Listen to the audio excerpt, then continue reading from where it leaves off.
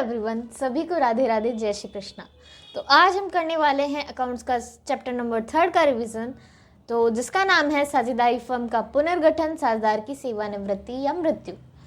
तो I hope आपने इससे पहले वाले चैप्टर नंबर 1 और चैप्टर नंबर 2 का रिवीजन कर लिया होगा, उसके वन शॉट देख लिए होंगे। तो आज हम इस चैप्टर को स्टार्ट करते हैं जो कि है चैप्टर नंबर 3। तो let's get started. Reconstitution of a partnership firm, retirement death of a partner. तो ये हमारे चैप्टर का नाम है। फिर हमारा फर्स्ट टॉपिक इसके अंदर आता है अवकाश ग्रहण का अर्थ क्या है। जब कोई साझेदार स्वेच्छा से वृद्धावस्था के कारण या अस्वस्थता या पारस्परिक मतभेद या आपसी सहमति अथवा किसी कारण से फर्म से अलग हो जाता है तो उसे साझेदार का अवकाश ग्रहण करना कहते हैं। यानी कि कोई साझेदार ये चाहता है कि मैं फर्म से अब अलग होना चाहता हूँ, जैसे कि 3 साझेदार है और जो तीसरा साझेदार है वो कह रहा है कि मैं फर्म से अब अलग होना चाहता हूँ, या वो बूढ़ा हो गया है या किसी और वजह से वो अलग होना चाहता है, तो उसको हम क्या कहेंगे, साझेदार का अवकाश ग्रहण। तो ये किस साझेदारी अधिनियम के अंदर है? भारतीय साझेदारी अधिनियम 1932 की धारा 32 के अनुसार ये हमारा अवकाश ग्रहण बताया गया है। 1 के अनुसार साझेदार के अवकाश ग्रहण की स्थितियां कौन कौन सी हो सकती है? सभी साझेदारों की सहमति, यानी कि सभी साझेदार सहमत है कि हम इसको अवकाश दे सकते हैं। स्पष्ट ठहराव के अनुसार भी दे सकते हैं। नोटिस या सूचना देकर ऐच्छिक साझेदार की दशा में भी हम ये कह सकते हैं कि हम अवकाश ग्रहण कर रहे हैं।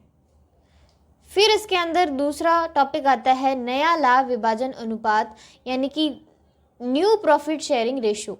नया लाभ विभाजन अनुपात एक ऐसा अनुपात है जिसके अनुसार शेष साझेदार किसी साझेदार के सेवानिवृत्ति या मृत्यु के बाद भविष्य के लाभों का बंटवारा करेंगे।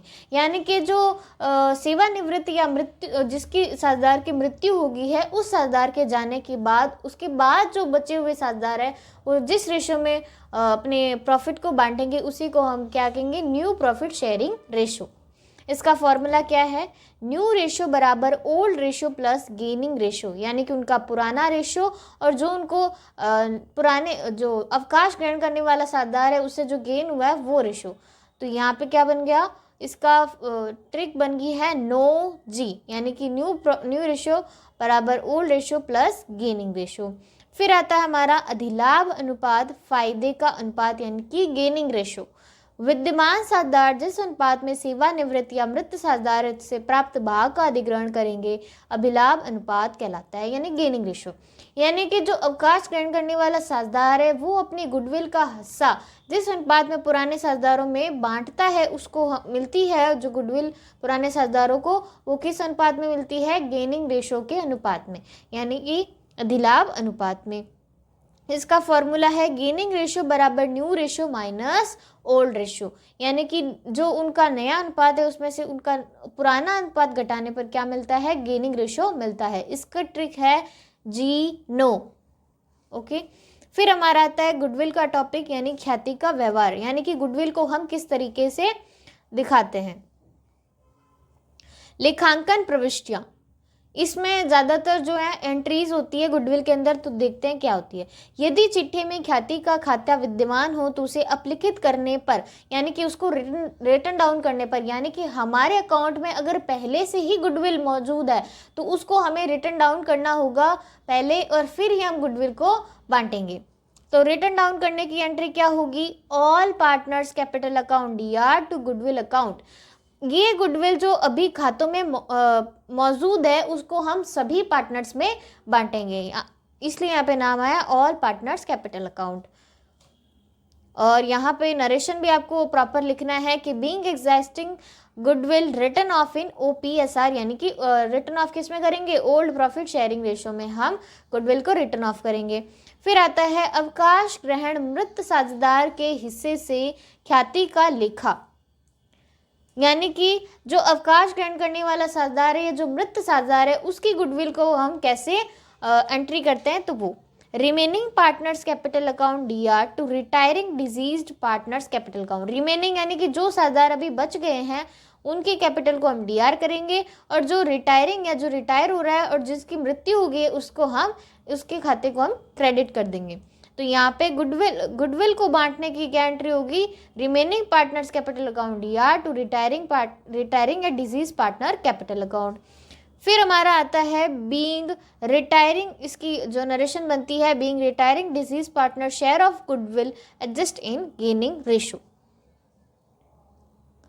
जो हिंदी मीडियम के बच्चे हैं उनको नरेशन लिखने में बहुत प्रॉब्लम आती है, मुझे भी आती थी, लेकिन जब मैंने अपने शॉर्ट नोट्स बनाए तो उनमें जो मुझे नरेशन नहीं आ रही है तो उनको मैंने थोड़ा थोड़ा लिख लिया। और थोड़ी बहुत तो आपको इंग्लिश सबको ही आती है तो आप थोड़ी बहुत लिख के भी लिख सकते हैं नरेशन, लेकिन लिखनी ज़रूर है नरेशन, छोड़नी नहीं है उसको।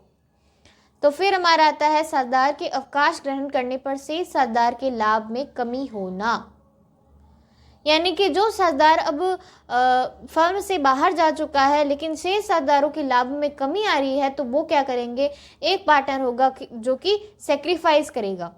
तो remaining partners capital account DR to retiring partners capital account to sacrificing partners capital account, यानी कि being adjustment for goodwill made, यानी कि शेष साझेदारों के लाभों में जब कमी आती है तो एक साझेदार क्या करता है, सेक्रीफाइस करता है। यहाँ पे सेक्रीफाइसिंग पार्टनर्स का नाम आ जाता है। फिर आता है प्रच्छन्न ख्याति, यानी छुपी हुई ख्याति। जब फर्म से अवकाश ग्रहण करने वाले साझेदार को उसकी वास्तविक देय राशि सभी समायोजनों के पश्चात देय राशि से अधिक भुगतान किया जाता है तो इस अधिक की राशि को ख्याति माना जाता है। यानी कि जो फर्म से जा रहा साझेदार है, यानी अवकाश ग्रहण करने वाला साझेदार या जिसकी मृत्यु हो गई है, उसको हम जितना भी भुगतान करते हैं, यानी कि जो पूंजी है, इंटरेस्ट है या कोई फर्म का लाभ है, उसमें अगर इन सबको मिलाकर अगर अधिक की राशि हमारे पास आ रही है तो वो अधिक की राशि क्या होगी, हमारी गुडविल होगी। एंट्री क्या बनती है इसकी, remaining partners capital account DR to, यानी कि लाभ प्राप्ति के हिस्से से, और to retiring partners capital account, यानी कि जिसको हम गुडविल दे रहे हैं वो यहाँ पे डेबिट हो जाएगा, और कौन दे रहा है तो नहीं, रिमेनिंग यानी कि जो शेष साझेदार है उनको हम डेबिट करेंगे और जो जिसको प्राप्त हो रहा है to retiring partners capital account credit हो जाएगा। फिर हमारा आता है, ये हमारा सेकंड चैप्टर में भी टॉपिक था, रीवैल्यूएशन अकाउंट, परिसंपत्तियों तथा दायित्वों के पुनर्मूल्यांकन के लिए समायोजन। तो उसमें मैंने आपको अकाउंट समझाया था, इसमें मैं आपको एंट्रियाँ समझाऊंगी, ठीक है, क्योंकि दोनों चैप्टरों में सेम ही रीवैल्यूएशन अकाउंट बन रहा है। रीवैल्यूएशन अकाउंट, पुनर्मूल्यांकन खाता। तो पुनर्मूल्यांकन खाता साझेदारों के अवकाश ग्रहण के समय जब संपत्तियों व दायित्वों को नए मूल्य पर दिखाए जाने के लिए बनाया जाता है, ठीक है। पुनर्मूल्यांकन खाते की प्रकृति कैसी होती है, अवास्तविक यानी नाम मात्र खाते की होती है। ये आपको एमसीक्यू में पूछा जा सकता है, फिलअप में भी। एंट्री क्या बनती है, परिसंपत्तियों के मूल्य में वृद्धि होने पर, यानी कि एसेट्स बढ़ने पर क्या एंट्री होगी, assets account DR to revaluation account, यानी कि ये जो एसेट्स बढ़ेगी तो किस साइड में आएगी, डेबिट साइड में, रीवैल्यूएशन अकाउंट के डेबिट साइड में आएगी। एसेट्स बढ़ेगी तो रीवैल्यूएशन के क्रेडिट साइड में आएगी, sorry. Being increasing value of assets, फिर परिसंपत्ति के मूल्य में कमी होने पर revaluation account DR to assets account, being decrease value of assets, ये हमारी एंट्री होगी। फिर दायित्वों की राशि में वृद्धि होने पर revaluation account DR to liabilities account, being increase in value of liabilities and provision, यानी कि जब लायबिलिटी और प्रोविजन बढ़ेंगे तो ये हमारी रिवैल्यूएशन अकाउंट की एंट्री हो जाएगी, यानी कि रिवैल्यूएशन के डेबिट साइड में क्या आ जाएगा, लायबिलिटीज एंड प्रोविजन। दायित्वों की राशि में कमी होने पर liabilities account DR to revaluation account, being decrease in value of liabilities and provision. फिर फिफ्थ एंट्री है गैर अभिलिखित परिसंपत्ति के लिए, यानी कि जिनका हमने लिखा नहीं किया है वो कैसे आएगी, तो assets account DR to revaluation account, being unrecorded assets taken into account. Next है गैर अभिलेखित दायित्वों के लिए, यानी कि दायित्व भी हमने नहीं लिखे हैं तो कैसे लिखेंगे, revaluation account DR to liabilities account, being unrecorded liabilities taken into account. पुनर्मूल्यांकन खाते पर अगर लाभ हुआ है, प्रॉफिट हुआ है, तो क्या एंट्री करेंगे, revaluation account DR to all partners capital account. Revaluation का जो प्रॉफिट होता है वो हम सभी साझेदारों में बांटते हैं, चाहे वो अवकाश ग्रहण करने वाला या जिसकी मृत्यु हो गई, सभी साझेदारों में। Being profit on revaluation credited to all partners capital account in their all profit sharing ratio। फिर पुनर्मूल्यांकन पर अगर हानि होती है तो क्या एंटर करेंगे, all partners capital account DR to revaluation account, being loss on revaluation debited all partners capital account in their OPSR यानी ओल्ड प्रॉफिट शेयरिंग रेशो में उनको बांटते हैं। फिर आता है संचित लाभों एवं हानियों का समायोजन, यानी कि जो हमारे पास संचित लाभ है और हानियां हैं इनका एडजस्टमेंट हम कैसे करते हैं, उनके एंट्री देख लेते हैं। संचित लाभ और संचय का हस्तांतरण करने पर, यानी कि जो लाभ है, लाभ में हमारे पास क्या आता है, जनरल रिजर्व आता है। तो जनरल रिजर्व को हम कैसे बांटेंगे, general reserve account DR to all partners capital account being general reserve transfer to partners capital account in old profit sharing ratio. किसमें बांटते हैं, ओल्ड प्रॉफिट शेयरिंग रेशो में। फिर संचित हानियों के हस्तांतरण पर, यानी कि कोई हानियां बची हुई है उनको हमें सभी पार्टनर्स में हस्तांतरण करना है। तो हानियां क्या होती है, हानियां हमारी क्या होती है, डेबिट होती है, लेकिन यहाँ पे हम क्या करेंगे, क्रेडिट करेंगे उनको। All partners capital account DR to P&L account, यानी कि P&L अकाउंट का कुछ लॉस हो गया तो हम इसमें बांट देंगे ऑल पार्टनर्स में to P&L account being debit balance of profit and loss account written off, यानी कि हमने यहाँ पे क्या किया है, पहले से P&L में लॉस जो पड़ा होता है उसको हम रिटर्न ऑफ करेंगे। तो जो हमारा एक्सपेंसेस तो डेबिट होता है, लेकिन उसको रिटर्न ऑफ करते समय हम क्या करेंगे, क्रेडिट कर देंगे। फिर आता है जब साझेदार वर्ष के मध्य सेवानिवृत्त होता है, यानी कि मृत्यु हो जाती है, यानी कि एक हमने प्लान बनाया हुआ है कि हम इस तारीख पे एक साझेदार अवकाश ग्रहण करेगा, तो ठीक है, लेकिन अचानक ही किसी की मृत्यु हो जाती है, तब हम कैसे एंट्री करते हैं तो वो देखते हैं। यानी कि एक साल के मध्य में ही किसी की मृत्यु हो गई तो हम कैसे एंट्री करते हैं, तो देय राशि का निर्धारण कैसे करेंगे। जैसे कि जो सेवानिवृत्त मृत्यु है या अवकाश ग्रहण करने वाले, उसको क्या क्या देना पड़ता है, उसको सैलरी, बोनस, कमीशन व फीस आदि, पूंजी पर ब्याज भी देना होता है। पूंजी पर ब्याज की गणना हम कैसे करते हैं, अमाउंट ऑफ कैपिटल गुणा रेट बटे 100 गुणा पीरियड बटे 12। फिर आहरण व उस पर ब्याज भी मिलता है उसको, और फर्म के लाभों में हिस्सा दिया जाता है। तो हम यहाँ पे दो या फिर 3 मेथड है जो इसके हिसाब से हम उनको, 2 मेथड है जिसके हिसाब से हम उनको ये सारी चीज़ें देते हैं। तो समय के आधार पर हम कैसे देंगे, तो शेयर ऑफ रिटायरिंग पार्टनर्स या डिजीज पार्टनर कैसे निकालेंगे। यानी कि जैसे कि मान लो 3 साझेदार है और जो फर्स्ट वाला साझेदार है वो अवकाश ग्रहण करने वाला है, तो इन तीनों में से इस एक का हमें शेयर निकालना है। तो वो कैसे निकालेंगे, वो भी टाइम बेस पे। तो हम निकालेंगे लास्ट ईयर प्रॉफिट, यानी कि एवरेज प्रॉफिट गुणा मंथ बटे 12, यानी कि कितने महीने मतलब उसकी मृत्यु कब हुई है और वो कहाँ से फर्म से जुड़ा हुआ है, तब तक का हम मंथ लेंगे बटे 12। और share of retiring partners capital, जो रिटायर वाला पार्टनर है उसका शेयर क्या था। तो यह हमारा यहाँ पे फॉर्मूला बनता है last year profit average profit गुणा मंथ बटे 12 और share of retiring partners capital account. तो हम इसका शेयर इस तरीके से निकाल लेंगे और हमारी एंट्री क्या होगी, profit and loss suspense account DR to retiring या डिजीज पार्टनर कैपिटल अकाउंट। और यहाँ पे ये सस्पेंस अकाउंट हमने क्यों खोला है, क्योंकि जो रिटायरिंग पार्टनर है या जिसकी मृत्यु हो गई है उसकी मृत्यु वर्ष के मध्य में हुई है, लेकिन उसके आगे का प्रॉफिट हमें नहीं पता कि कितना होगा। तो हमने यहाँ पे क्या लगाया है, अंदाज़ा लगाया है कि कितना होगा, इसलिए हमें यहाँ पे क्या खोला है, सस्पेंस अकाउंट खोला है। फिर आता है विक्रय के आधार पर, यानी कि सेल्स बेस पे। तो इसका क्या फॉर्मूला है, विक्रय पर लाभ प्रतिशत, यानी कि पहले हमें सेल्स परसेंटेज निकालना होगा। वो कैसे निकालेंगे, प्रॉफिट बट्टे सेल्स गुणा 100 करके निकालेंगे। और लाभ में हिस्सा कैसे निकालेंगे, सेल्स गुणा परसेंटेज जो हमने यहाँ पे निकाला था, सेल्स परसेंटेज बट्टे 100 और गुणा शेयर करके हम सेल्स बेस पे हम उसका हिस्सा निकाल सकते हैं। फिर नेक्स्ट आता है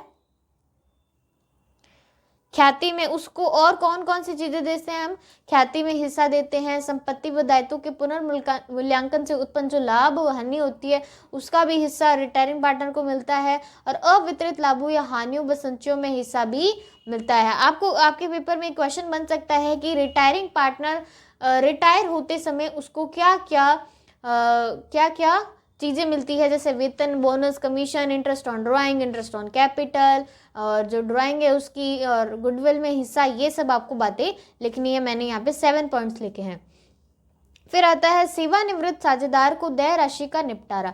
अब हम जो उस साझेदार को देनी है, सेवानिवृत्त साझेदार को, तो उस राशि का हम निपटारा कैसे करेंगे। भुगतान की निम्न विधियां हो सकती है।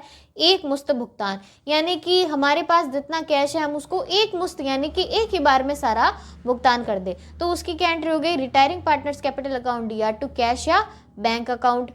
फिर पूंजी शेष को ऋण खाते में हस्तांतरण के द्वारा भुगतान, यानी कि retiring partners capital account DR to retiring partners loan account, यानी कि हम लोन लेकर हम क्या करते हैं, हमारे पास पैसा नहीं है तो हम लोन लेकर एक बार इस रिटायरिंग पार्टनर का हम पैसा चुका दें, इस तरीके से। तीसरा है हमारा आंशिक भुगतान नगद में व आंशिक ऋण खाते में हस्तांतरण द्वारा भुगतान, यानी कि कुछ पैसे हमारे पास हैं और लेकिन कुछ नहीं है तो हम कुछ पैसे नगद दे देंगे और कुछ लोन लेकर हम इसको चुका देंगे। तो इसकी क्या एंट्री है, retiring partners capital account DR to cash account to retiring partners loan account. फिर अगर हम किस्तों में भुगतान करते हैं, इंस्टॉलमेंट में भुगतान करते हैं तो कैसे होगी, पूंजी खाते के शेष को ऋण खाते में हस्तांतरण करने पर पहले जो पार्टनर कैपिटल अकाउंट है उसको हम रिटायरिंग पार्टनर्स लोन अकाउंट में ऐसे एंट्री करेंगे, retiring partners capital account DR to retiring partners loan account, यानी लोन लेकर हम किस्तों में भुगतान कर रहे हैं। फिर आता है ऋण पर ब्याज भी देना होगा, तो interest account DR to retiring partners loan account. फिर किस्त का भुगतान करने पर retiring partners loan account DR to cash या बैंक अकाउंट। फिर हमारा आता है पूंजी का समायोजन, यानी कि हम जो कैपिटल है उसका एडजस्टमेंट कैसे करेंगे। पहला है हमारा जब नई फर्म की पूंजी दे रखी हो, यानी कि जो हमारी नई फर्म है उसकी कैपिटल जब दे रखी हो तो हम कैसे समायोजन करेंगे, और जब नई फर्म की पूंजी नहीं दे रखी हो तो हम कैसे समायोजन करेंगे, और जब अवकाश ग्रहण करने वाले साझेदार को शेष साझेदार द्वारा फर्म में इस प्रकार नकद लाकर भुगतान किया जाए कि उनकी पूंजी लाभ विभाजन अनुपात में हो जाए। तो इस पूंजी के समायोजन में हमारे यहाँ पे 3 प्रकार के क्वेश्चन बनते हैं, तो आप उसको ज़रूर सॉल्व करें। और यहाँ पे हमारी एक टेबल बनती है, न्यू कैपिटल यहाँ पे लिखेंगे एक्स और वाई की और लेस करेंगे एडजस्टमेंट ऑफ ए कैपिटल, तो हमारे पास सरप्लस या डेफिसिट जो अमाउंट आएगी उसके हिसाब से हम एंट्री करेंगे। नगद लाने पर, यानी कि जो पार्टनर जिसके पार्टनर की ज़्यादा है तो वो क्या लेगा, नगद लेके आएगा, तो क्या करेंगे डेफिसिट या कमी कैश या bank account DR to partners capital account. और नगद ले जाने पर, यानी कि जिसकी ज़्यादा है तो वो मतलब जिसके अधिक के यानी कि कम पड़ रही है तो वो नगद ले जाएगा, partners capital account DR to cash account. तो ये हमारी यहाँ पे 2 एंट्री हो जाती है पूंजी के एडजस्टमेंट में। तो आई होप आपको ये चैप्टर समझ आया होगा। अगर आपको समझ आया है तो मुझे कमेंट बॉक्स में कमेंट करके ज़रूर बताइए कि आपको ये लेक्चर कैसा लगा, और ये आपको पीडीएफ इसकी डिस्क्रिप्शन बॉक्स में मिल जाएगी, और जो पहले के चैप्टर हो गए हैं उसकी लिंक में मैं डिस्क्रिप्शन बॉक्स में डाल दूँगी। तो मिलते हैं अगले लेक्चर्स में, तब तक के लिए पढ़ते रहिए और बढ़ते रहिए और बोर्ड्स की ज़ोरदार तैयारी करते रहिए। धन्यवाद।